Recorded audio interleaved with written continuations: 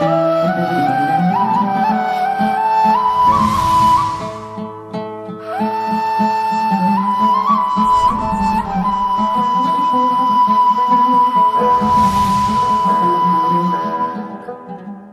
الله الرحمن الرحيم. الحمد لله رب العالمين، والصلاة والسلام على المبعوث رحمة للعالمين وعلى آله وأصحابه وأتباعه إلى يوم الدين. برزان وخوشويستان، السلام عليكم ورحمة الله وبركاته. بختور خوش حالين كأمروش هاتنا وخزمة إيوي بريز وخوشويست بو باسكردني پرستشێک و عیبادەتێکی جیاواز و عیبادەتێکی تایبەتمەند لە مانگی ڕەمەزاندا کە ئەم عیبادەتە پێغەمبەری خوا صلی الله عليه وسلم زۆر لەسەری بەردەوام بووە کاتێک کە دەگەیشت بە مانگی ڕەمەزاندا. لە مانگی ڕەمەزان پێغەمبەری خوا صلی الله عليه وسلم سەرقاڵی ئیعتیکاف بوو، زۆر بە ئیعتیکافەوە ماندوو بوو، زۆر بە ئیعتیکافەوە خەریک دەبوو. بۆیە ئیعتیکاف دەتوانین بڵێن ئەم عیبادەتەیە کە تایبەتە زیاتر مسلمانان لە مانگی ڕەمەزاندا ئەنجامی دەدەن. ئەگەر سەیر بکەین خوای رب العالمین فەرمان دەکا کاتێک کە دەفەرمێ وعهدنا إلى إبراهيم وإسماعيل أن طهرا بيتي للطائفين والعاكفين والركع السجود.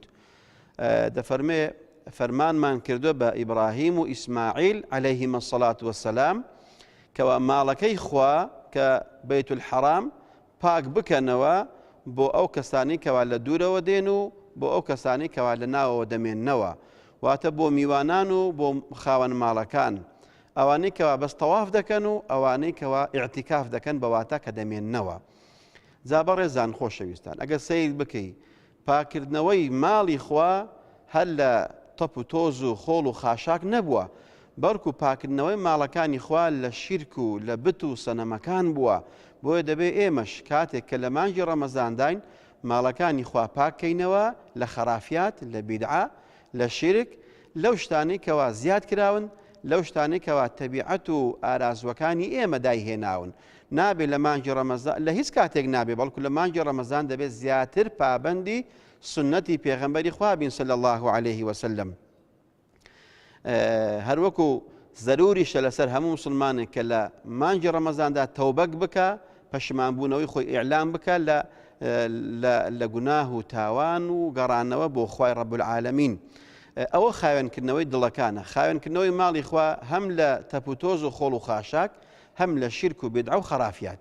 و هەروەها دڵەکانی ئێمەش کە شوێن و مەوای عیبادەتن بۆ خوا، کە شوێنی ئەنجامدانی خواپەرستی و خواناسیەکانن، دەبێ ئێمە بە هەمان شێوە دڵەکانیشمان خاوێنکەینەوە لە گوناه، لە تاوان، لە دووربوون، لە هەموو کارێک کەوا خوای رب العالمین پێی ناخۆشە.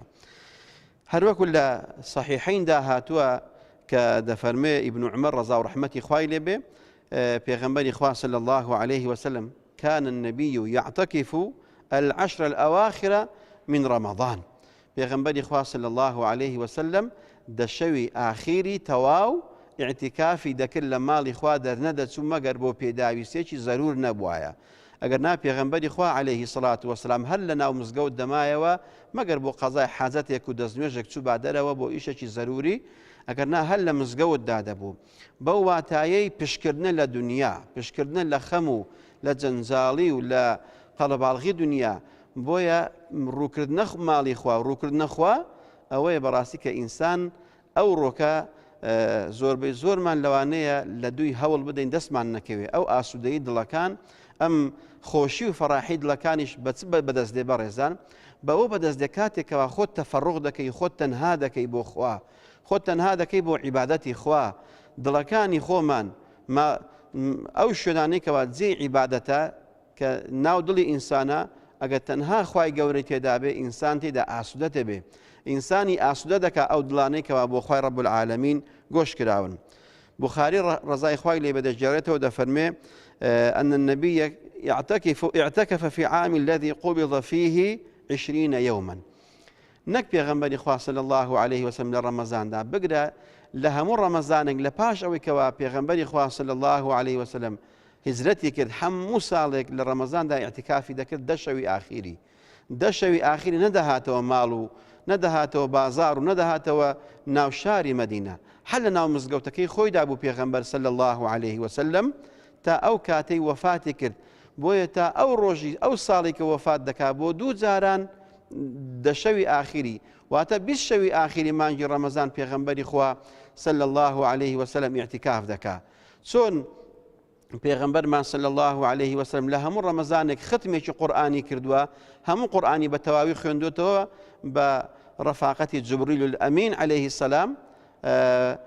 بەڵام لە ساڵی وەفاتدا ساڵی کۆچکردنیدا کە کۆچی یەکجاری کرد، کۆچی دوایی کرد پێغەمبەری خوا صلی الله عليه وسلم 2000 ختمی قورئانی کردەوە. بەڵام لە ساڵی وەفاتیدا 20 ڕۆژان ئیعتیکافی کرد لە ماڵی خوا و دەرنەچوو ئیلا خەریکی خواپەرستی و عیبادەت بوو. ئیمامی زوهری ڕەزا و ڕەحمەتی خوای لێ بێ دەفەرمێ عجبا للمسلمين تركوا الاعتكاف مع أن النبي صلى الله عليه وسلم ما تركه منذ قدم المدينة حتى قبضه الله.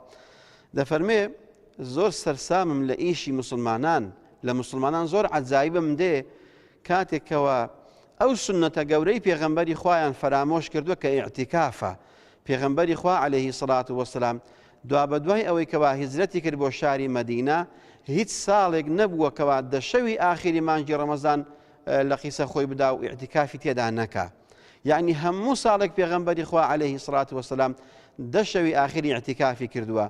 تەنانەت دەفەرمێت تا ئەو ساڵێک کە وەفات دەکا دوو جاران واتە 20 شەوان پێغەمبەری خوا لە مزگەوت و ماڵی خوا دەرناچێ، ئیعتیکاف دەکات بۆ خوای ڕەب العالەمین دەمێنێتەوە. ئەوەش بە واتای چ دێ بەڕێزان؟ بە واتای ئەوە دێ کە باسمان کرد پشکردن لە دنیا، پشکردن لە جەنجاڵی و سەرقاڵی و قەڵەباڵغی دنیا دێ بەرەو تەنهایی بۆ خوا، خلوت بۆ خوای ڕەب العالەمین، نەک گۆشە گیرێک کە ئینسان تووشی ئیفرات و تەفرید بکە. ئەو خلوەیەی کە بۆ خوای ڕەب العالەمین ئینسان دەوڵەمەند دەکا، ئینسان لە خواپەرستیەکان بەهرەمەند دەکا. سیر دەکەی کاتێکەوە ئینسانێک لە دنیا فەرمانی دەست بەسەرکردنی بۆ دەردەچێ، کاتێکەوە دەستە بەردەستی دادگا و تەسلیمی دادگا دەبێ ئەنجا دادوەر بەڕائەتی بۆ دەنووسێ. ئەو ئیعتیکافەش تەشبیه نەبێ ئەو هایە بەڕێزان. کاتێکەوە ئێمە گوناهمان زۆرە، تاوانمان زۆرە، ئەوانەی کەوا فترەیەکی زۆرە لەخوا دوورن، لەخوا غافڵن، بابێن لە ماڵی خوا چۆک بدەنەوە، داوای مەغفرەت بکەن. خوای ڕەب العالەمین پاشەوەی کەەوە ئینسان تەسلیمی خوای بوو، تەسلیمی ماڵی خوای بوو، خوای گەورەش لێی بەخشێ و عەفوی دەکا. بۆیە بەڕێزان ڕەمەزان یەکەم دەشەوی ئەوەلی ڕەحمەتە و هەروەها ناوەڕاستەکەی مەغفرەتە و ئاخیرەکەشی عیتق من النار واتە دەربازبوون لە ئاگری دۆزەخ. کەینجێ ئینسانی ئیماندار خوا عەفوی دەکا و ئازادی دەکا کاتێک کە تەسلیمی خوا بوو. بۆیە هاتنە مزگەوت و ئیعتیکافکردن تەسلیم بوونی خوایە. خوای گەورە هەموو لایەکمان لە ئازادکراوانی ئەم مانگە حیساب بکە ئینشاءالله. خوای باڵا دەست لە عیبادەت و پەرستشی ئەم مانگەدا لە دەشەوی ئاخریدا چالاکترمان بکە بۆەوەی کەوا بتوانین ڕازی بکەین لە خۆمان و هەروەها زیاتر لە خوای ڕەب العالەمین نزیک بینەوە ئینشاءالله. ئامین یا رب العالمین. وصلى الله وسلم وبارك على سيدنا محمد وعلى آله وصحبه وسلم. والسلام عليكم ورحمة الله وبركاته.